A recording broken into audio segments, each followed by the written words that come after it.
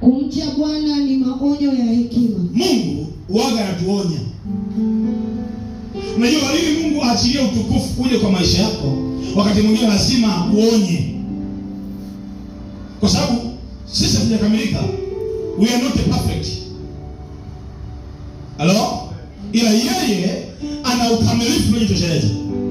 Kwa kuwa ana ukamilifu unaojitosheleza, sisi sometimes tunaweza tukafanya isivyofaa. Na tukifanya isivyofaa, matokeo yake ndio tumeangukia pabaya. Hasa ili tuwe salama, Mungu kuna saa inafika na kuonya.